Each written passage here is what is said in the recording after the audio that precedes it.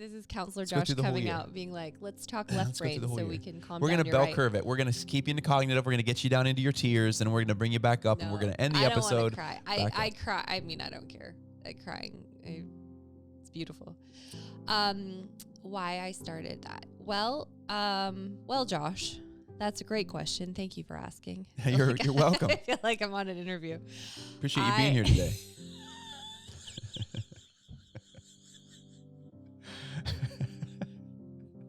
I love that you love my jokes. This is really pumping up my tires. It's a real pleasure to be with you. Thanks for having me. It's pumping up my tires. Oh my gosh, that was funny. I won't lose hope in the night when the fire's growing dim. I'll just let go and I'll try. Help me walk this road and find my way back home.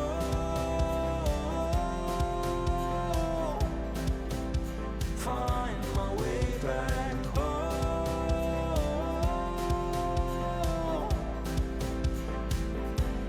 Find my way home. Welcome back to the Famous at Home podcast. We are in week 2 of season 2, Awakening Hearts. Last week we talked about the condition of your heart. Today we're talking about a tender and fierce heart of a woman.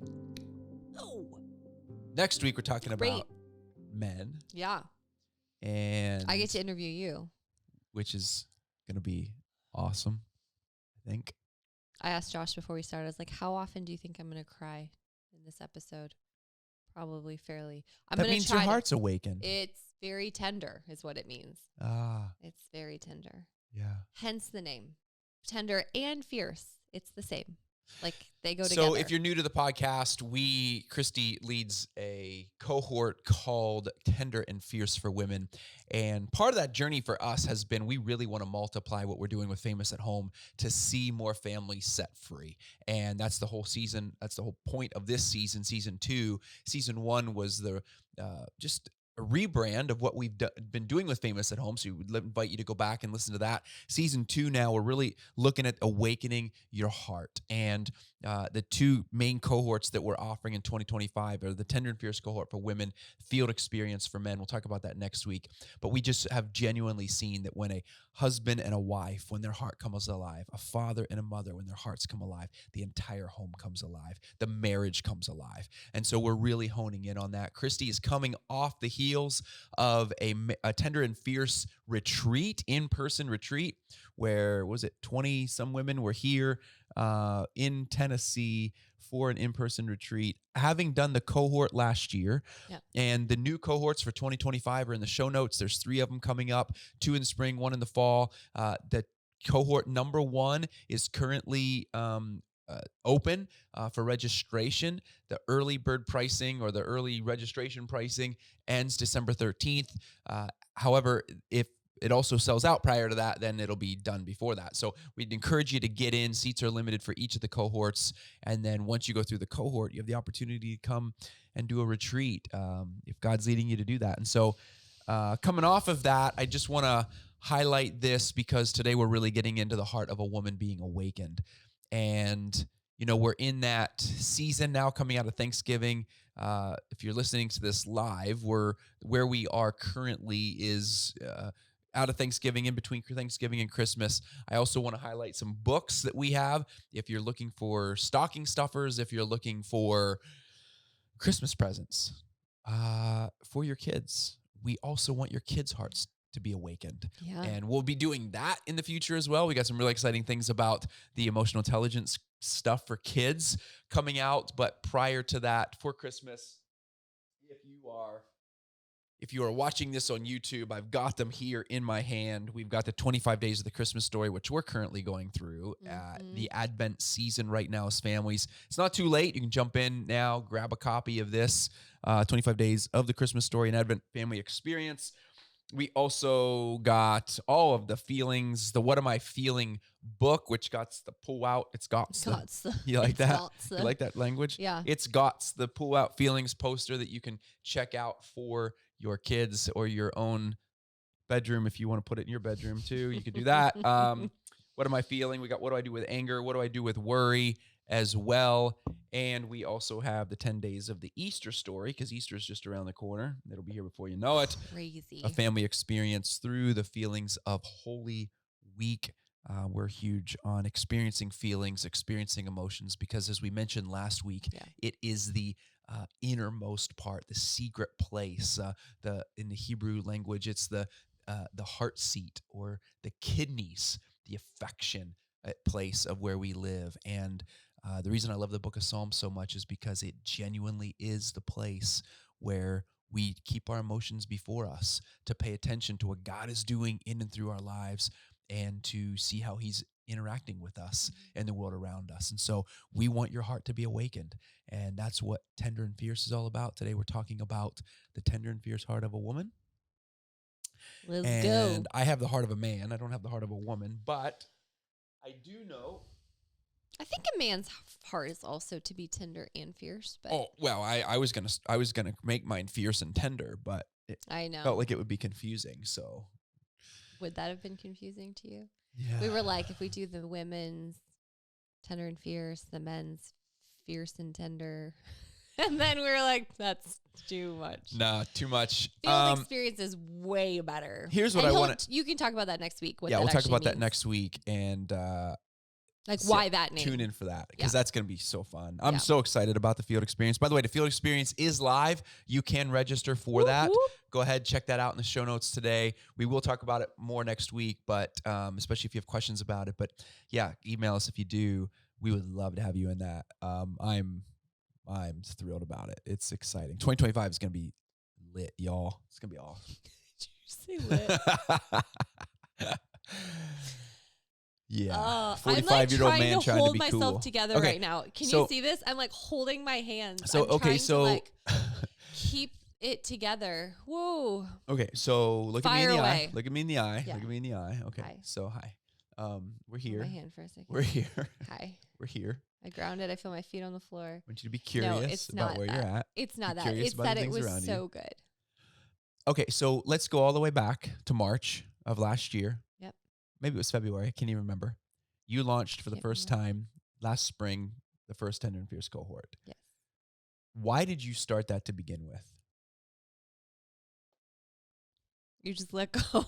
Like you're on your own. I'm kid. throwing you in your cognitive. I want to throw you in your cognitive to start. This is left Let's brain. let's go through the whole year. This is this is Counselor Let's go Josh through the whole coming year. out, being like, "Let's talk left Let's go through brain the whole so year. we can calm We're down." gonna You're bell right. curve it. We're gonna keep you in the cognitive. We're gonna get you down into your tears, and we're gonna bring you back up, and we're gonna end the episode. I don't back cry. I up. cry. I mean, I don't care.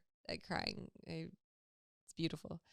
Why I started that? Well, Josh, that's a great question. Thank you for asking. You're welcome. I feel like I'm on an interview. Appreciate you being here today.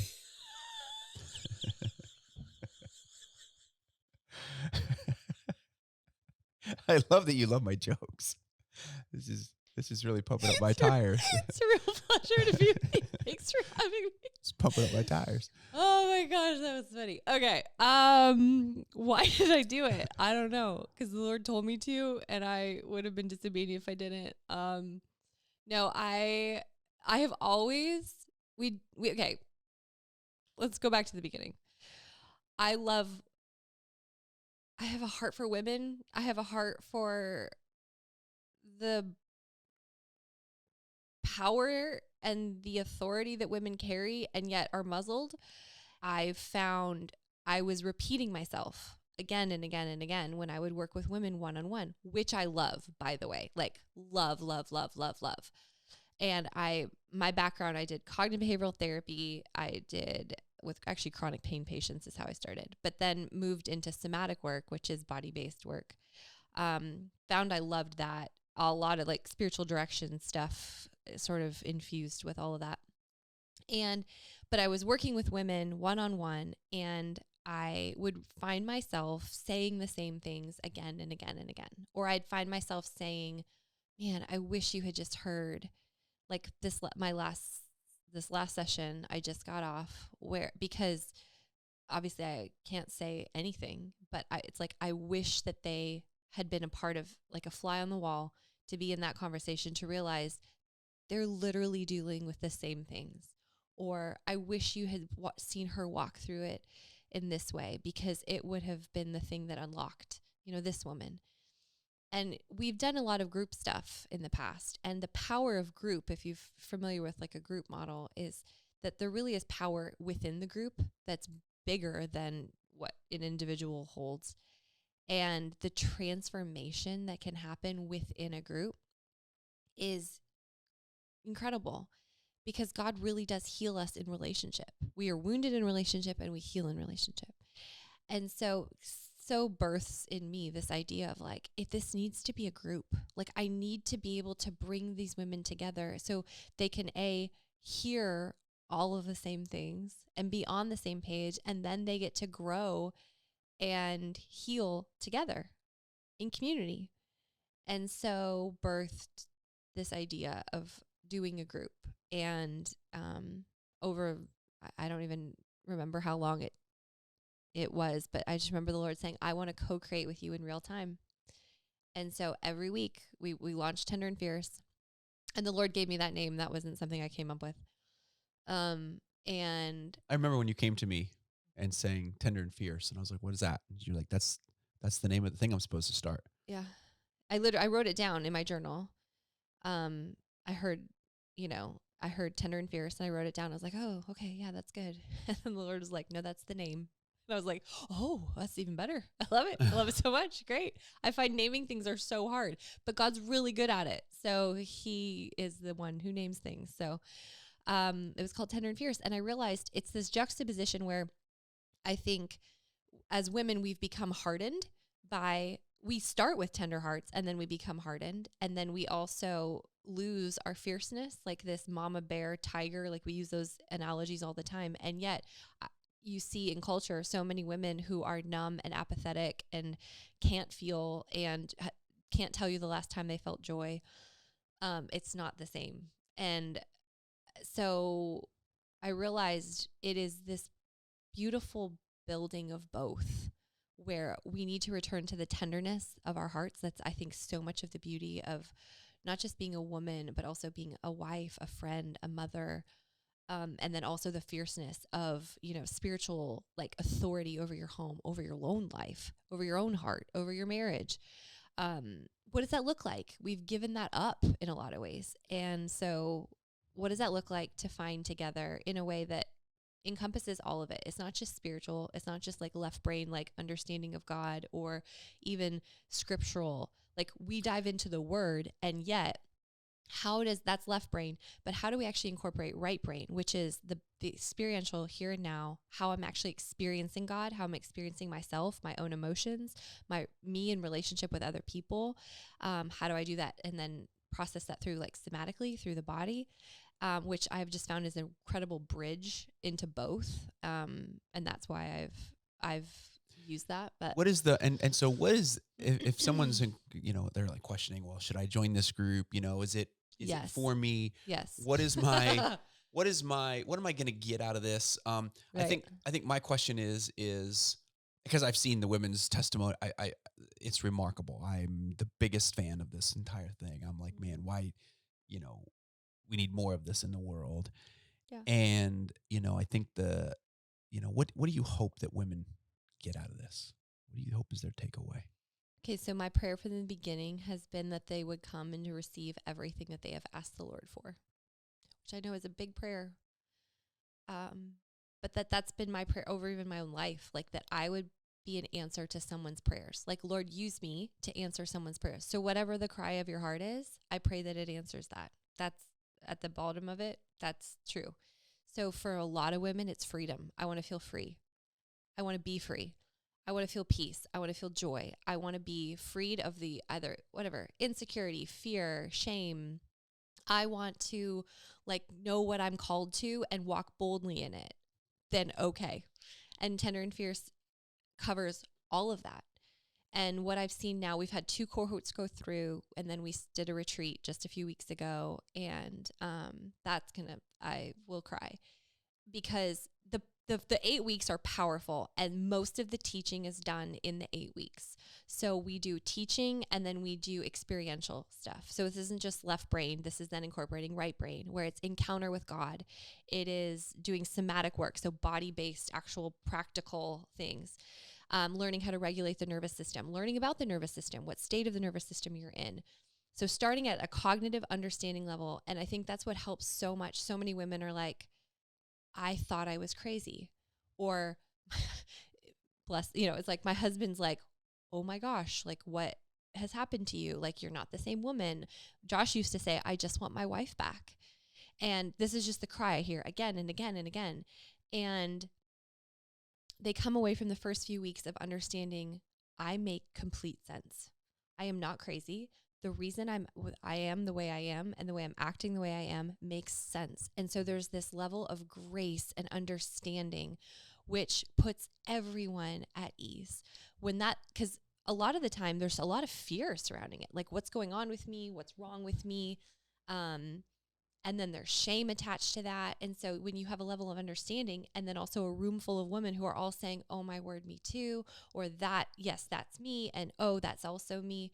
And then you start giving tools to like, I know now how to move my nervous system out of fight or flight, out of a state of being in constant threat, which a lot of us are. We're stuck in that state. And I know how to move out of it. I know how to move toward regulation. And we spend a lot of time doing that. We do that with somatic practice. We also do that with experiential, like it's encounter with God. And then when Jesus actually comes in and we go into encounters with him, and he tells you who you are, he replaces the wounds, the voids, the places in us that are lacking. And he like exchanges things and gives you something else, because that's literally, he is a redeemer, which means he gets to replace and redeem everything that has done to us, that we've done. And it's like, hand us back the things, the redeemed version, the redeemed gifts, anointings, all the things that he wants us to carry into our life, because we have callings and we have things that we need to go do. And until you're set free to do them, I just think that's the enemy's ploy, is like, let's just hold all these women back it's everything is based on the Isaiah 61, where it is, God has come and it's a prophetic word about Jesus, that Jesus was the one sent to bind up the brokenhearted and set the captives free. And we go through that entire passage of how then we become, actually it talks about later, as righteous trees planted by the Lord to glorify him. And we cannot be the righteous trees planted by the Lord. A lot of us don't even feel planted. We feel so tossed about. We do not feel established. We don't feel our root systems. We don't actually feel the substance of which we were made, and the authority that you carry and the gifting that you carry.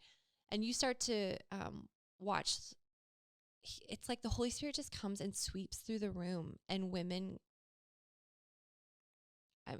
he just sets people free. And that is what we've watched happen with Tender and Fierce. And I really believe it's become a beautiful, almost like symphony, like it's like a written like tapestry sort of, where God's weaved together what we know in ministry world and in church world that's beautiful and safe. And I hear that word a lot, that this feels safe. Like I've encountered stuff within the church before, and it's hurt me, whether that be deliverance, prophetic words, things that like came and they didn't land well. They actually hurt. They were like barbed. And that this was safe, and this actually replaced and redeemed a lot of that. Or also we live in the counseling space of, where does emotion come into play? Where does generational stuff come into play? Where does we talked about the sins of the fathers passed down to the third and fourth generation, but blessing to the 1000th generation. And so what I've seen is these women, it's like breaking generational curses that show up in, what often lands people in counseling offices and ends up being as diagnoses. And it was never yours to carry. It's not yours. And so breaking off a lot of that stuff. And And then we follow it up with a retreat. So for those that can attend in person, and obviously we can only do this, a couple times a year. And so for those that were able to attend in person, it was sort of. So before you jump into that, let me ask this yeah. question. You Yeah. kind of, Am I jumping all over the place? no, you're just, I'm trying you're to just in a pretty solid monologue there of processing. And I thought maybe I could join the conversation at some point I too. forgot you were here. Hi. And I don't know if that's me being a bad interviewer or me just being a respectful husband and making sure that I don't cut my wife off. But you're just kind of going on there. Sorry. Is this only for wives and mothers? No. We've had single women, and this is for women. If you are a woman, then it's for you. I will say I would not do this for younger women yet. Like young, I would 20s and up. This is before. Not and I would teenagers. say, and I would say too, part of this is, for us at Famous at Home, and you've heard us, if you've listened to season 1, we're all about finding your way back home to the Father. And Famous at Home has a double entendre that we're not just famous in our earthly home. We want to be we already are famous in our heavenly home. Yeah. And to be famous in our earthly home is a reflection of how well we've received love. 1 John 4, like we love because he first loved us. And so we want, part of this is an invitation back to the Father's heart for you. Mm-hmm. And that's why, so whether you're single, maybe you're looking for a husband, maybe you're not. Maybe you're just, you're content with where you're at. You're called to be where you are. But you want to know the Father's love. We all need to know the Father's love. And so, and you've had, grandparents be a part of this, and mothers and daughters, sisters. So I think that's the other component that I wanted to share. And then, so you're talking about the tender and fierce heart of a woman. Why would a woman want to come to the in-person retreat? Why did you do that? What was that about? And originally I didn't know that we wanted to do that. It was that we asked after every cohort. Yeah, we did a survey. That's right. Yep. We do a survey just to say, like, how this impacted you. What can we make better? What do you want? What do you need now? Like, what do you want from this? And a lot asked for like a 2.0, like the next, now what? Like, keep going. And in terms of like spiritual giftings and that kind of thing. And a lot asked for a retreat, like an in-person experience where we actually get to be together in real person. And that's always our heart. It changes. Zoom is remarkably powerful, I will say. So we will do field experience and Tender and Fierce on Zoom. And it's remarkably powerful in what happens, actually. So I'm not, like, no shade on that. And it works. I mean, praise God for it, that we can bring people from different countries. Like, we've had people from all over, and we all gather and it's like we're in one room in a lot of ways. But to actually physically be in one room was, to hug someone, just beautiful. Yeah, and the reason that we limit the retreat to we call it alumni. So Tender and Fierce alumni, if you've gone through the first 8 weeks, is because all the foundation is laid. So we are all coming in with the same understanding. There's very little teaching, because nothing really needs to be taught. It then becomes ministry.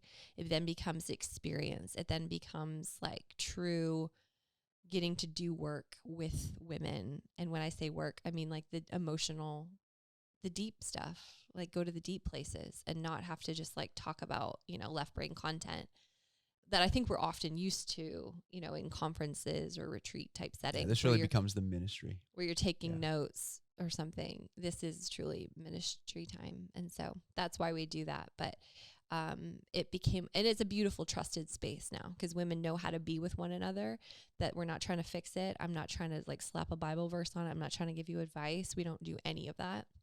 I'm not trying to even help you. I think so often we think that we have to come and be something for someone else, like, oh, she needs this, and we have to like step in, and that's not your role. It's literally being with one another as God does it. That's his job. He's healer. And we get to step into that with other women and to just stand alongside them. And transformational. What I find so fascinating. Okay, so for the women who can't do Tender and Fierce this time around, for the women who are just listening to the podcast and are saying, I wish I could join right now. I can't. Yeah. Maybe I can join in the future, but I'm not even sure about that. Talk to that woman right now about how can she be tender and fierce. Ooh. Help her awaken her heart a little bit. Yeah. Again, not that you do it, but Yeah. the Spirit of God in her. Yeah. Yeah. So I would Tapping say into you go back to like last week's episode, if you haven't listened to that, where we talked about curiosity. So I would always start with curiosity. That's literally the basis of, not the basis, maybe it's the approach that I would say to anything new. Approach with curiosity. Otherwise, it's deemed as a threat. And so if tenderness, even the word, offends you, I would like, that makes me like want to stand up and clap, because like, why? This is so great. Like I'm so curious. Like, why does even the thought of tenderness like offend me, make me want to like gag? Maybe fierceness makes you. Maybe the concept of that is like, ugh. Can I just be curious? Like, why? I wonder what that's about. Because even just that little drop into curiosity causes an opening into that space where now God can start to move and start to give you discernment and wisdom into what is that for you. I would also then say, surrounding yourself as much as you can find in your local community with a community of women who are also open to growth and change. There's a lot that just aren't, to be totally frank. There's people who say they want change and don't. I've worked with many women like that, where they say they want help, and yet when it comes to it, they're not teachable, they're not humble, and they do not want to change. And it goes back to what we talked about last week. It's a hardened heart. It's a heart that's like, it is so, and I don't mean that to cast blame on them. I think it's a protective mechanism. Like they've used that to protect themselves. And which is where this tenderness is such a key. It's like the thought of opening myself up to hurt again. Yeah. Yeah. Is so I become hard. So I don't feel. So I don't let other people in. Like these are all protective mechanisms that are really useful for seasons. Like high school. High school sucks. Like middle school sucks. People are not nice, and a lot of us have walked through that. That's just real. And so walling ourselves off, hardening our hearts, like it played a purpose. It did its job. And now are you at a place in your life where it's not serving you anymore? Because now you feel hard in friendship. Now you feel hard in your relationship with your spouse, with your kids. Like you feel this hardness of heart. You don't want it anymore. You want to be soft and full of joy and wonder and creativity and contentment, but you don't feel those things. And so surrounding yourself with people that you see moving toward that will probably be the biggest game changer, which is why, for those that feel just, if you feel led to be a part of it, join Tender and Fierce, not because it's something magical but because the community is all driving toward the same thing. Yeah. It's like you get caught in the flow and you go too. And it's just the way we operate as humans. We go with those around us and we are shaped by them. So, but you can find that locally. You can find that with one person and then start asking really good questions that get below the surface. You will never change if you only talk on the surface. But if you can get underneath that and ask, how did that feel? What do you notice? Do you have a memory there? Even in your conversations with other people, so that you start to do that and they can start to then hopefully emulate that and repeat it back to you. So how did that feel as they're telling a story, as you're telling a story? Those are ways that start to very gently, but dig into the depths of our heart, which is really where this tender and fierce concept lies. It's in there. We just have to start mining through the layers of protection to get to it. Yeah.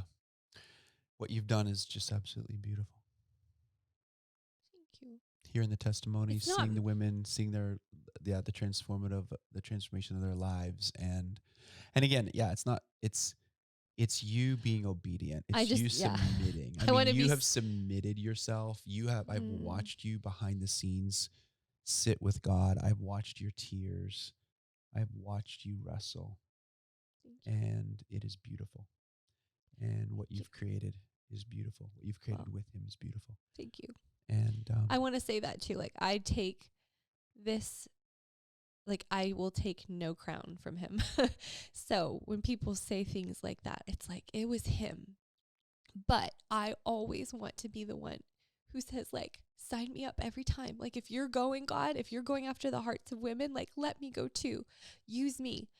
That's all I want. Like, I just want to be in the room. I want to be part of it. Like, use me. But it's not us. And I think that's where I want to be super clear. Like, it is God's compassion for his daughters is what it is. And then he looks for surrendered hearts who are saying, like, here I am, send me, I'll go. And I will be totally frank, it's been the hardest, most excruciating thing, and yet the most rewarding. And now I've watched all these women who have gone through it, who left, and I'm just going to say, like literally their testimonies are supernatural transformation. That's not something a human can do. Yeah. When they leave saying, like, I am totally free. Yeah. I feel my thoughts are different. Like, I've never felt closer to God in my life. I've never felt closer to God. I've never wanted him more. I've never felt so, like, their whole thought patterns have changed. A human can't do that, guys. That's God. Like, women were fully delivered, and then started walking in their callings, like, literally, like, prophetic words flowing out of them, exhortation, teaching giftings, anointings. Like, they started rolling in the things that God's already called them to, because he's cleared away all the things that were holding them back. And to see that, like, now they go, and you should watch them. Like, they've already started now leading. And this is where I think the replication comes, is now they're starting to, they want to take Tender Fierce back to their communities, to their churches. And that's what we're trying to figure out, is, like, how do we then equip them to go and do this? Like, this isn't, last thing I want to do is, like, hold this tight. Go and take this. Do it. Yeah. Like, this is a move of God, not of man. And so that's, I think, been the most, that's why I say there's so many tears, because, like, it's not, there's nothing better. And I just surrender to him, like, bow and do the hard thing. And I mean, behind the scenes, like, so the fear, the attacks on our family, the attacks on me, like, all of it is real, like, all played out, all sure 100% is. Sure did. Sure is. And yet, look at, like, we're fine. Like, you walk through it, we're fine. And it was incredible. And lives were actually like, not just, like, touched, they were changed. Yeah. And I will sign up for it every time. And homes are being changed as a result. Yes. And that's our heart. Yes. And that is the revival of the family, revival in your family. And man, when we get to see that because of an individual's life being changed, and this is what we say all the time, even in marriage, when we do marriage coaching, is what's going on within your spouse's heart matters more than what's going on between the two of you. Husbands, champion your wives to pursue the heart of God for themselves, and vice versa. You know, that's why we're starting the field experience as well in the new year, is because when we see a man and a woman's heart awakened, man, the entire home is awakened, the entire family is awakened, and that's the heart behind all of this. So, good job. Way to stay faithful and obedient. And that I will take. That. Yeah. Because that's all he asks. Yeah. And that's why I said that. I know. Yeah. I know. Thank you. But and I do receive that. Yeah. So I just encourage you to sign up. Cohort number 1 starts January 8th for Tender and Fierce. If you have any questions, let us know. The link is in the show notes there. And I know for a fact, I'm speaking on behalf of Christi, she would love to journey with you.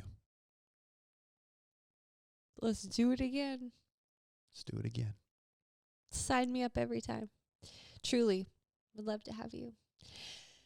So until then, till I see you in a little Zoom room or here in Tennessee, I pray your heart is awakened and your family sees revival. May you find your way home. All the fear